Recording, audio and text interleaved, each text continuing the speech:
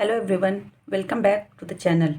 In the previous chapter, we learned how social reformers challenged old traditions and worked to make society more equal. But today, the story becomes even more interesting because now Indians begin to ask a new and powerful question: who should rule India? As society started changing, people didn't just ask how to reform customs. They began asking, why are the British deciding everything for us? Why can't Indians govern themselves? Remember, around 200 years ago, India was completely under British rule. The British made laws, controlled taxes, and ran the government. By the late 19th century, many educated Indians realized something important. India belongs to its people, not to foreign rulers. They studied European ideas of democracy and freedom. They saw that other nations demanded their rights, and they thought, if they can do it, so can we. This new feeling united people across India. It gave birth to what we call the national movement. The Indian national movement from 1858 to 1947 was not one big event. It was a long journey, a journey from small demands to mass movements, and finally, the call for complete independence. So, what sparked this nationalism? There were several powerful reasons. For example, colonial exploitation. Indians realized the British were draining India's wealth. Modern education, people learned about rights, liberty, and democracy. Third reason could be press and literature. Newspaper and patriotic writings spread awareness. Fourth one could be reform movements. They built unity, confidence, and a new social identity. Together, these forces made nationalism both a political demand and a moral awakening. The dream of Swaraj or self rule and the dream of just society. Nationalism wasn't just about politics, it was emotional, cultural, and even spiritual. Writers like Bankim Chandra Chattopadhyay in Anand Math and thinkers like Aurobindo Ghosh called nationalism as a spiritual force. Leaders like Dadabhai Nauroji and Bal Gangadhar Tilak saw it as a fight for economic and political justice. So the were different but all leading to one message, which was India must stand up for itself. Once Indians began to see themselves as one nation, they knew they needed to organize politically. By the 1870s, lawyers, teachers, journalists, and reformers felt frustrated. The British ignored Indians' opinion and treated Indians unfairly. This anger and awareness led to the creation of early political association and soon the formation of the Indian National Congress, which became the voice of Indian aspiration for self-rule.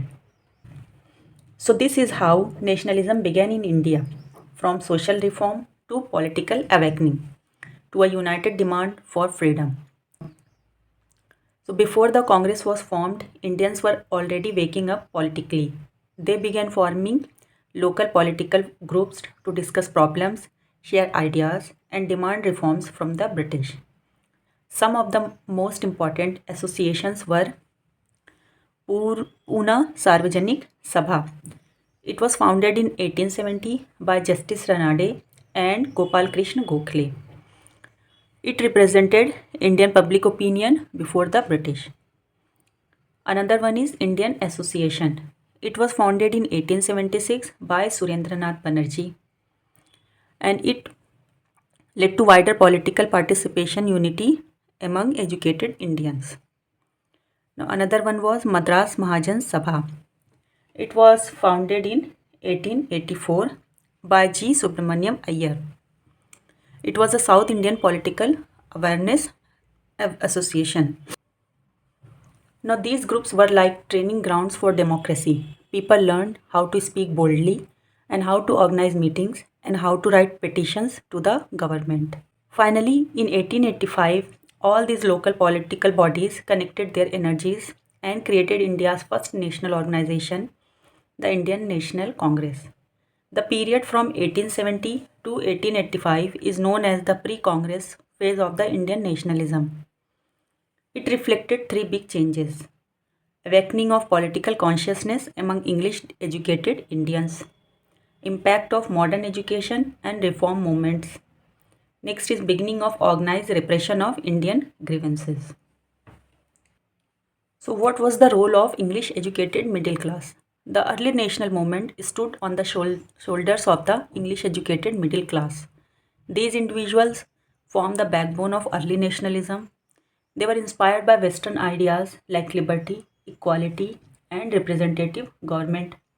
They noticed the British hypocrisy, preaching democracy in England but denying it in India.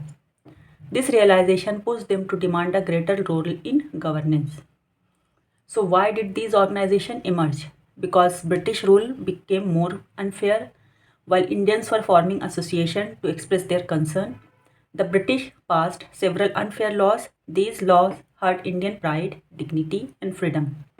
Let's look at the three major incidents that shook Indians during the late 1800s. First is Arms Act, which was passed in 1878. It disarmed Indians. Only Europeans could own weapons. Now Indians felt humiliated and because they were treated as potential criminals. Next one was Vernacular Press Act, which was passed in 1878. It censored Indian language newspaper, and it tried to silence criticism and restricted free speech. Now another one is Ilbert Bill controversy. It was the most controversial of all the laws. It proposed allowing Indian judges to try European offenders. But Europeans protested fiercely. It exposed deep racial prejudice in British society. So these unjust laws and controversies showed Indians one harsh truth. No matter how educated or loyal they would never be treated as equals under British rule. This disillusionment changed many loyal reformers into political critics. It pushed Indians to unite, speak loudly, and think nationally. And this momentum finally led to the creation of Indian National Congress in 1885. So the first 20 years of the Congress are known as the moderate phase. So who are the moderates?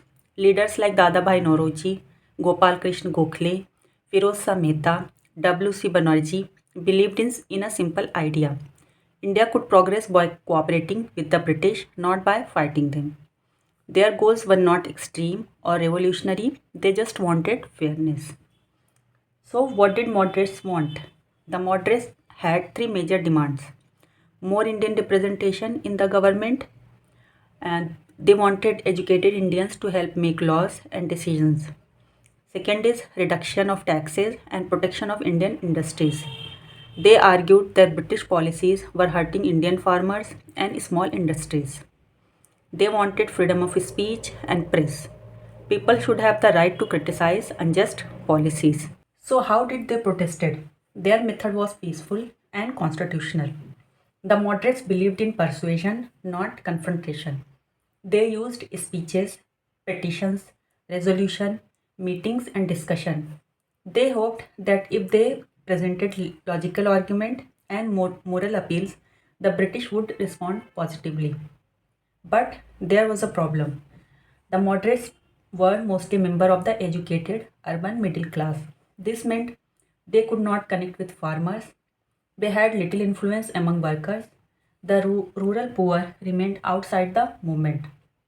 So their impact, while important, but it was limited.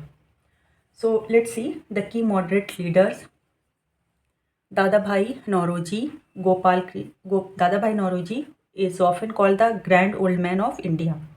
He proposed the famous drain of wealth theory. He explained how British rule drained India's resources. He wrote Poverty and Un-British Rule in India in 1901. Another one was Gopal Krishna Gokhale. He believed in gradual reforms. He promoted education as the path to progress. He founded the Servants of India Society. Another one was Surendra Nath Banerjee. He was one of the first Congress leader. He was a brilliant speaker. He spread nationalist ideas through the Indian Association. Another one was Firoz Shah Mehta, W.C. Banerjee, Justice Renade. They were the strong voices of early Congress. They helped create a foundation of Indian constitutional politics. So, Bal Gangadhar Tilak also lived during this period, but he belonged to the next phase, which is assertive nationalist or radicals. So, we will discuss him separately. So, what did the moderates want? The moderates had three main areas of focus: political, economic, and social. So, let's look at each one. So, they demanded greater Indian representation in Legislative Council. They demanded increased seats for Indians in Legislative Council to have a say in lawmaking and governance. This was an early step towards self rule. Another one was Indianization of civil services. They wanted more Indians in government jobs, especially higher posts, instead of these being held primarily by British officials. So, note this was crucial because decisions affecting Indians were mostly made by British civil servants who were unfamiliar with the local needs. And they wanted the separation of judiciary from executive. They sought a judiciary independent of the government's executive branch to ensure justice was impartial and fair. This reflected their trust in law but distrust in authoritarian governance. So let's see what was their economic goals. So moderates were concerned about how British economic policies harmed India's wealth and economy. So there were reduction in land revenue. The high taxes on farmers caused poverty and famine. Moderates demanded land revenue reduction to ease peasants' hardship. This connected them empathetically to rural India. They wanted the end to drain of wealth.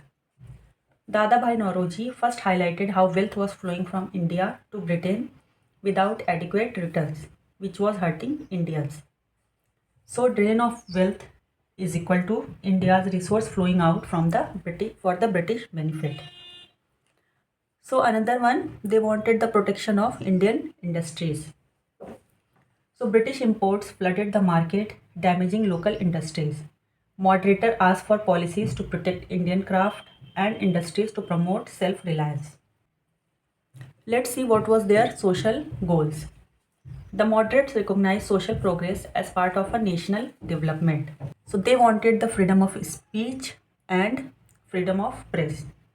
They also wanted the spread of education. They pushed for wider education so Indians could become informed citizens and better administrators. Because according to them, education is the backbone of a nation building. They also wanted the administrative reforms. They wanted fairer administration with greater Indian involvement and an end to discriminatory British policies. The moderates in the Indian National Congress, active mainly between 1885 and 1905, believed in peaceful constitutional method to bring about political reform under British rule. Their core approach involved diplomatic and lawful technique intended to persuade the British government to grant Indians more rights and representation. So the moderates frequently sent formal letters, petitions, and memorials to British officials and the colonial government. These documents carefully outlined Indian grievances such as unfair taxes, lack of representation, and repressive laws.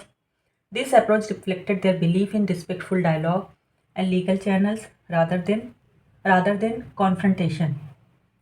Now, Indian National Congress sessions served as a platform where moderates discussed political, economic, and social issues. They passed resolutions demanding reforms and presented speeches that articulated Indian concern to both Indian and British attendees.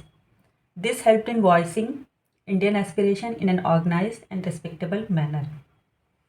Now, moderates understood the power of the press to educate and unite Indians. Newspapers such as The Hindu, Kesari, Indian Mirror played vital role in spreading nationalist ideas, promoting political awareness, and encouraging mass support for reforms. These newspapers acted as the voice of moderate nationalism. So, what were the limitations of the moderate thinkers? Despite these concentrated efforts, many radicals and critics, including leaders like Bal Gangadhar Tilak, derided the moderates, calling them political beggars.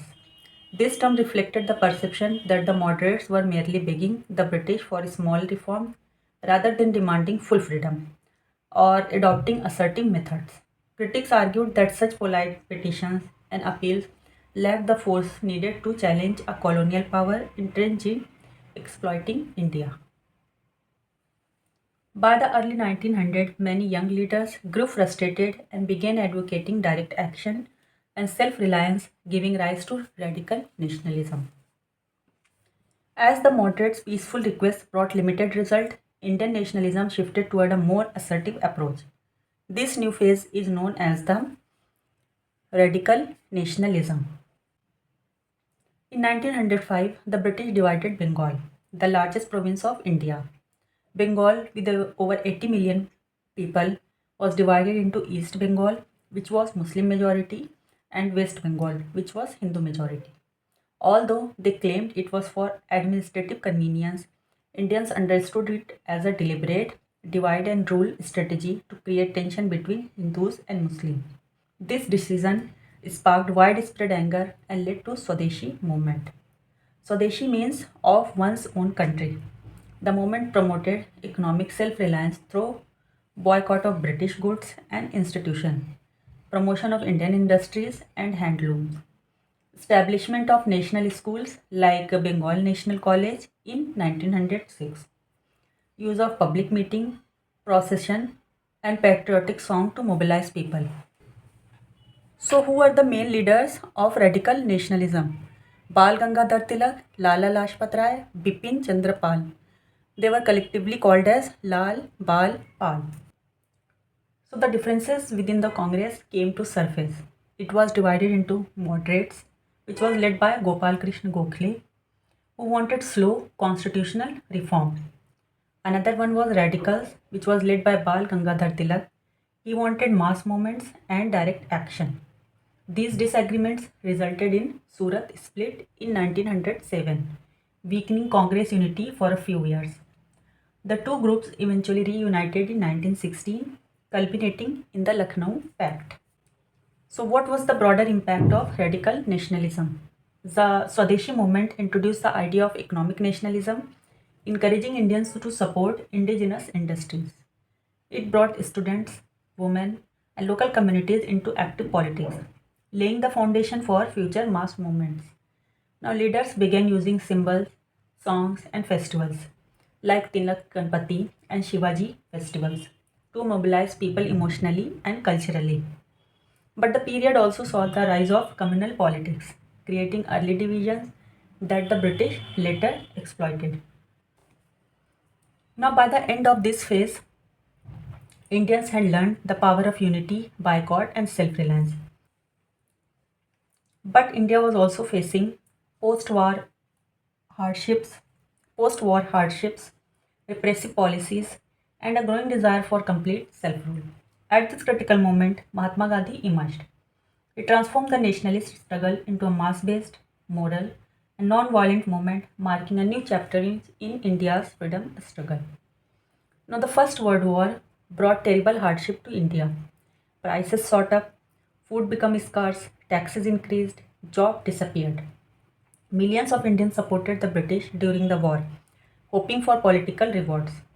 But after the war ended, the British ignored Indian expectations and self rule. And at this moment of frustration and anger, a new leader arrived on the national stage, Mahatma Gandhi. Now, the Gandhiji returned from South Africa in 1950 with a completely new method of resistance, Ahimsa, which is non-violence, Satyagraha, which is truth and moral force. His early movements, Champaran, Kheda, Ahmedabad, showed that ordinary peasants and workers could stand up against injustice without violence. But soon, a repressive British law brought the early nation into action. Roulette Act, which was India's first nationwide protest. In 1919, the British passed the Roulette Act, allowing arrest without trial. Gandhiji called it unfair and unjust, launching a nationwide satyagraha. People across India, students, lawyers, workers, protested peacefully. But for the first time, India rose as one united nation. But the British response was brutal. On Baisakhi Day, people gathered peacefully in Jallianwala Bagh, Amritsar. General Dyer blocked the exits and ordered firing on the unarmed crowd. Now, due to this, hundreds died, thousands were injured, the entire nation was shaken. Rabindranath Tagore returned his knighthood. Gandhiji declared the British had lost the moral right to rule India. This massacre changed Indian nationalism forever. Now, at the same time, Muslims in India were protesting British action in Turkey. Gandhiji saw a chance to unite Hindus and Muslims and merge the Khilafat movement with his non-cooperation movement. He asked Indians to boycott British food, lead government school and courts, resign titles and honors, promote Swadeshi and Khadi. For the first time, students, women, peasants, and workers joined the national struggle. But when the violence occurred at Chauri Chaura in 1922, Gandhiji immediately called off the movement, proving that non-violence was more important to him than the political success. Now, by the 1930, people were ready for a new phase of struggle. Gandhiji chose the salt tax, a symbol of British oppression, as the starting point. On, on 12 March 1930, he began the iconic Dandi March, walking 240 kilometers to the sea. When he picked up a handful of salt, he broke the British law, and the whole country erupted in protest. This movement became one of the largest civil resistance campaigns in the world. Now, then came the Second World War. British dragged India into the war without asking Indians. Negotiation failed. Gandhiji realized it was the time for a final push. On 8 August 1942, he gave the historic call: "We shall either free India or die in the attempt." The Quit India movement began, also known as the August Revolution. Though Gandhiji and top leaders were arrested immediately, the movement spread spontaneously. Strikes, protests, burning of records, parallel governments in Ballia, Satara, and Tamlu. Repressions were brutal, but one thing became clear: British rule was no longer sustainable. Indians had become completely ungovernable without their consent. So, what was the conclusion? From the Swadeshi movement in 1905 to Quit India, the national movement evolved from small association to educated middle class politics to mass based non violent revolution. And with Gandhiji's leadership, Indian nationalism became moral, inclusive, mass oriented, unstoppable. This journey led the final path to independence in 1947. So, after the Quit India movement of 1942, one thing became absolutely clear: the British could no longer rule India without Indian cooperation. Yet the movement was brutally crushed. But despite all the repression, the message was unmistakable. Indians had declared openly and strongly that they wanted complete independence. So, even though the British suppressed the movement with force, it revealed the explosive strength of nationalist feeling. From 1942 to 43, the British fought hard, but they realized that governing India was becoming impossible. So, Quit India became the final mass push towards freedom. It showed British rule had lost legitimacy. Indians would accept nothing less than Purna Swaraj, meaning complete freedom. Congress emerged as the undisputed voice of the nation. A new generation of youth and underground workers took the fight forward. In simple words, Quit India was not just a protest, it was India's self declared independence. So, after the end of World War II, British weakened. In 1945, British was economically bankrupt, politically exhausted, pressured globally to end colonialism. The British Empire was shrinking, and India's demand for freedom could no longer be denied. But just when freedom was within the reach, a new dangerous challenge emerged: communal division. The unity of the national movement began to weaken. The Muslim League, which was founded in 1906, had once worked alongside Congress. But now it feared that in a united India, Muslim would be politically dominated by the Hindu majority. Congress, on the other hand, wanted one united India. British policies made this mistrust even worse. So several developments sowed the seed of communal politics. Like in 1909, Morley Minto reform were introduced. This allowed Muslims to vote separately, institutionalizing communal identity in politics. Now, in 1916, a brief moment of Congress League unity, but it also strengthened separate political identities. Now, what happened in 1937 election was Congress formed government in many provinces. The Muslim League felt ignored and insecure. All these factors widened the gap between the two major political groups. British also took advantage of this and they encouraged separate electorate, communal representation, different political demands. This strategy was simple: weaken India unity by strengthening religious divisions. So Congress believed in a single united secular India. Muslim League under Muhammad Ali Jinnah increasingly demanded a separate nation called Pakistan. This demand was formally declared in the Lahore Resolution of 1940. Now, Cabinet Mission Plan in 1946 was the last attempt at unity.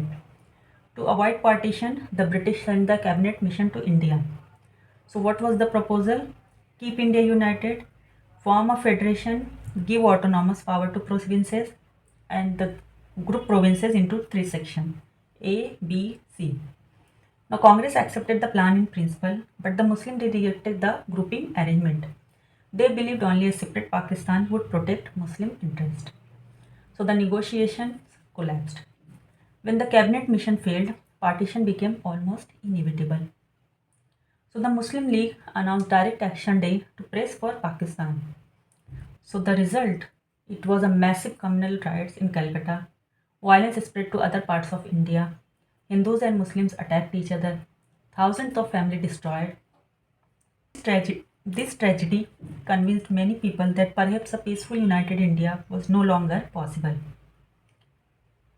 As the Quit India movement shook the foundation of British power and communal tension grew dangerously across the country, India stood at a turning point. Negotiation failed, violence spread, and finally the British realized they could no longer keep India united under their rule. And this brings us to the one of the most emotional chapter in our history, independence and partition, 1947. After months of riots, mistrust, and breakdown of talks, the British made a final decision. India would be divided. Two separate nations would be created based on religious majorities. India for a Hindu majority population, Pakistan for a Muslim majority population. And finally, on 15 August 1947, after nearly 200 years of British rule, India became free. It was a historic moment. The tricolor was unfurled, people celebrated in the street, and a new nation was born. But freedom came with a deep wound, a wound that India still remembers: the partition. As the borders were drawn, millions of people suddenly found themselves on the wrong side of the map. Hindu and Sikhs living in the new Pakistan rushed toward India. Muslims living in India traveled toward Pakistan. This became one of the largest migrations in human history. People were forced to leave behind their homes, land, and memories, everything they have built for generations. Trains full of refugees crossed the border, many attacked on the way. Communal riots broke out in Punjab, Bengal, Delhi, and several other areas. Sadly, around 1 million people lost their lives in the violence. So it was a moment of joy and sorrow, and 15 August 1947 was both a moment of great joy because it was the birth of an independent India, and moment of great grief because the nation was divided, families were torn apart, and millions suffered. The leaders of India now faced a new challenge: to heal a wounded nation and build a united, democratic, and peaceful country out of this tragedy. Now, India's freedom did not come through one moment or one leader. It was the result of the courage and sacrifice of thousands of the unknown faces. Before we conclude, let's take a moment to remember some brave but less highlighted freedom fighters who shaped India's journey to independence. First is Ambabai. Now, Ambabai was a brave woman freedom fighter who worked at the grassroots level during the Quit India movement.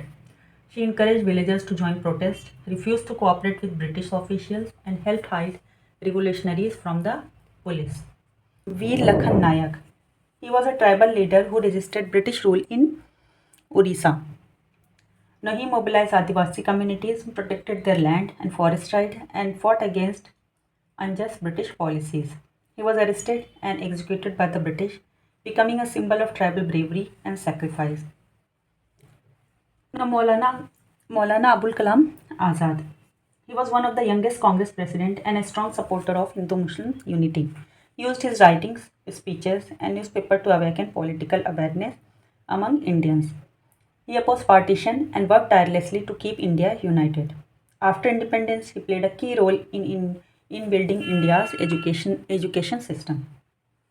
Another is Chakravarti Rajgopalachari, also called as Rajaji. He was a close associate of Gandhiji. He promoted non-violence, led the Vedaranyam salt satyagraha in Tamil Nadu, and negotiated with the British during the final phase of freedom struggle. Khan Abdul Ghaffar Khan. He was a Pashtun leader from the northwest frontier province. He founded the Khudai Khidmatgar, meaning servants of God movement. He spread peace, non-violence, and unity in an area known for conflict. Like Gandhiji, he believed in winning freedom through courage and non-violence. Sardar Vallabhbhai Patel. He led the Bardoli Satyagraha in 1928, showing the power of non-violent protest. After independence, he united more than 500 princely states to form the modern nation of India. Because of this, he is known as the Iron Man of India.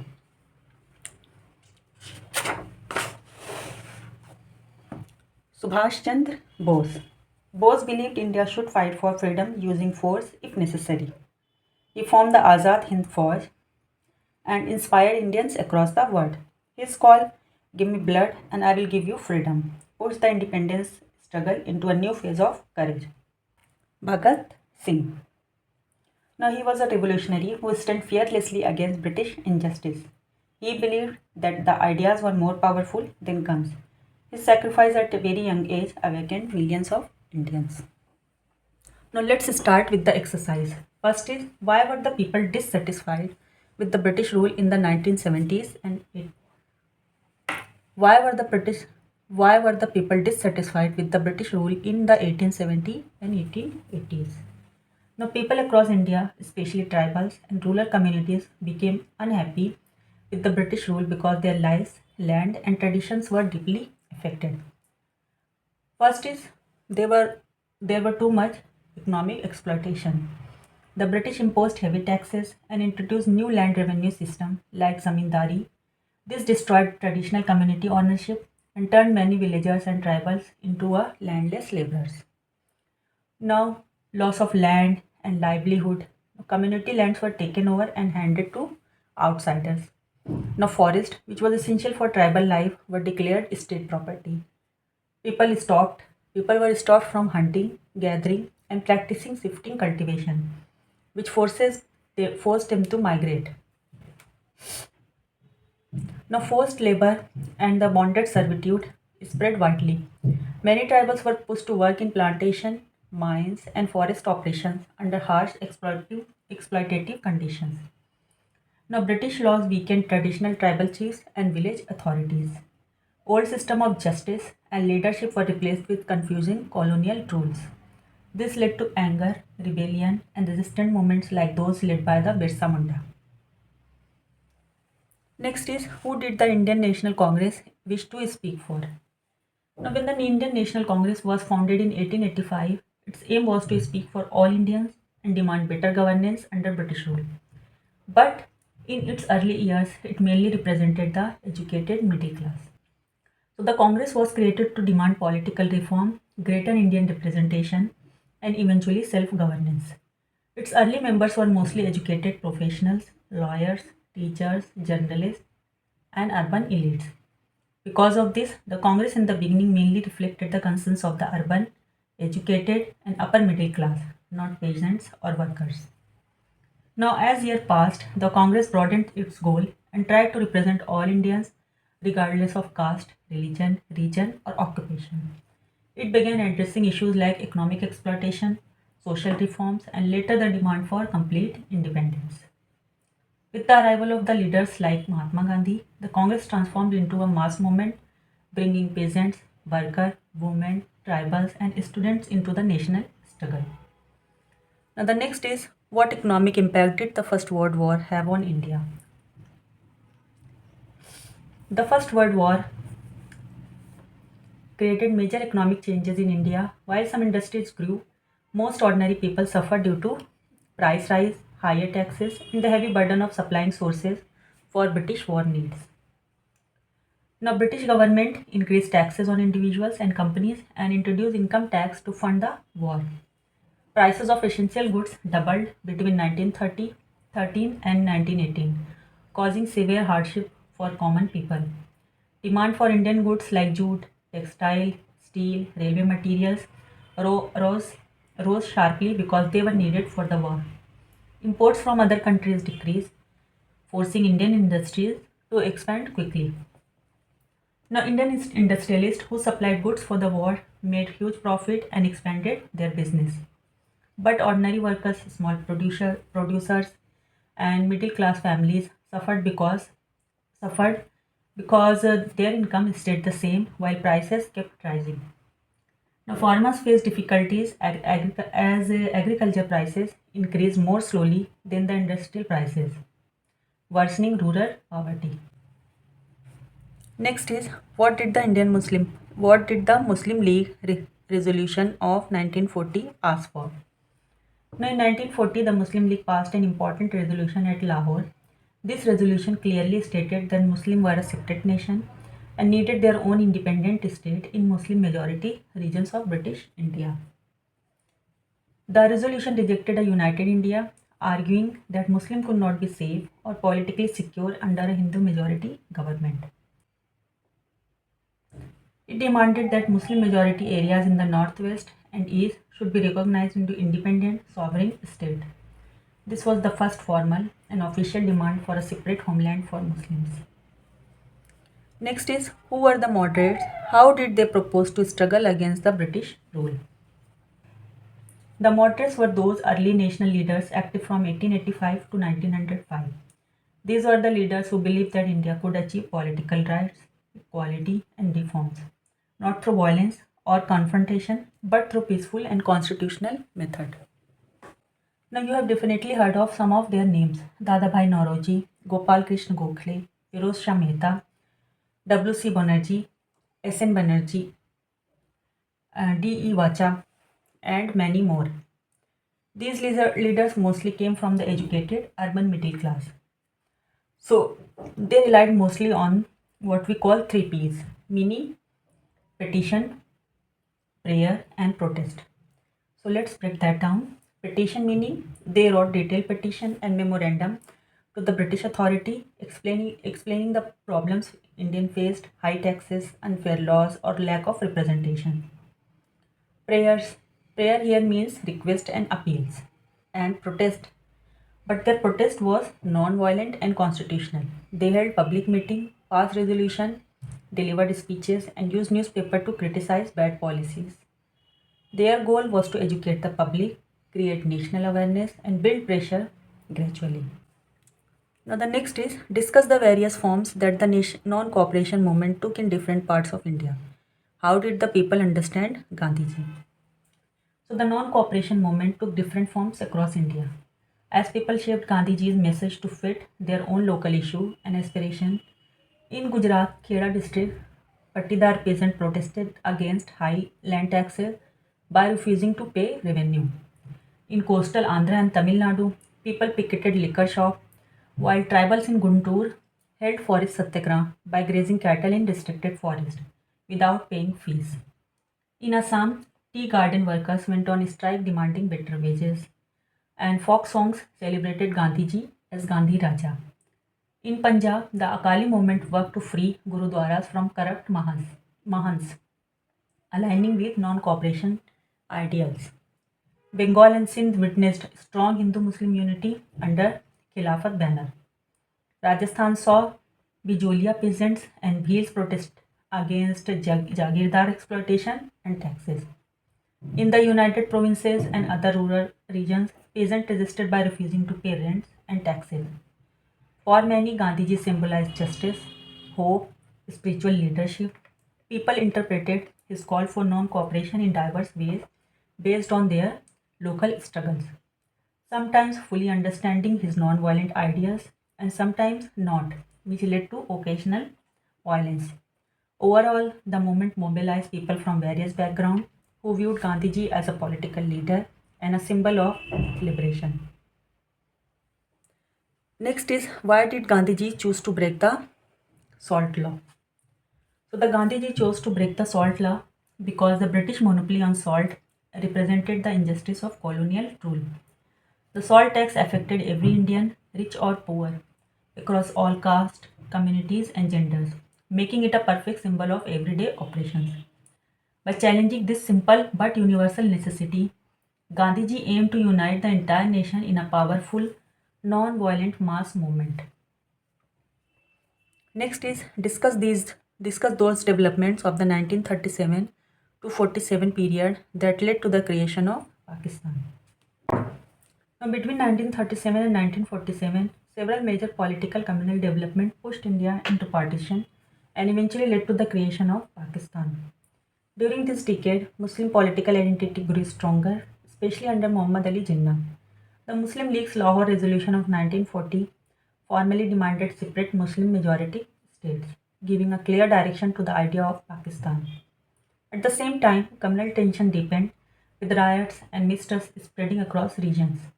British negotiations, such as Scripps Mission in 1942, failed to reassure Muslims that their rights would be protected in a united India.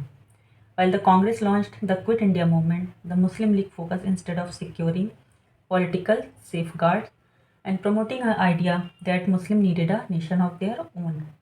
The political gap between Congress and the League widened, strengthening the two nation theory, which argued that Hindu and Muslims were distinct nations with separate interests. By 1947, as violence escalated and negotiation collapsed, the Mountbatten Plan proposed partition as the only practical solution. This led to the creation of India and Pakistan and triggered one of the largest and most tragic migration in history. In summary, rising Muslim nationalism, failed negotiation, communal violence, and growing political differences between Congress and Muslim League ultimately made partition and the birth of Pakistan inevitable.